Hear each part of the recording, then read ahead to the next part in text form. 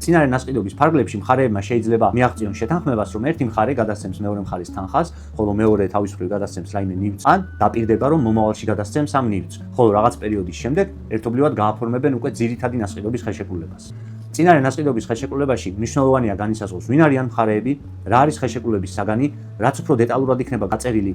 უძრავი ქონების მახასიათებლები, მით უფრო დაცული იქნება შემძენი და ასევე მნიშვნელოვანია ის თუ რა ვადაში უნდა მოხდეს საბოლოო შესყიდვა და გამოსყიდვა ქონების ერთი მხრივ, ხოლო მეორე მხრივ რა ვადაში უნდა გაფორმდეს უკვე ძირითადი ნასყიდობის ხელშეკრულება. განსაკუთრებული ყურადღება უნდა მიაქციოთ ქონების აღწერას. როდესაც საქმე ეხება უძრავ ქონებას, აუცილებელია რომ ხელშეკრულებაში გაწერილი იყოს უძრავი ქონების საკადასტრო კოდი, ხოლო თუ ჯერ განშლა არ არის გაკეთებული და ძირითად კორპუსის ძირითად საკადასტრო კოდზეა ხელშეკრულება გაფორმებული, ამავე ხელშეკრულების პირობებით გაწერილი უნდა იყოს ბინის სხვა ისეთი მახასიათებლები, სართული, მდებარეობა, მდგომარეობა, რომლითაც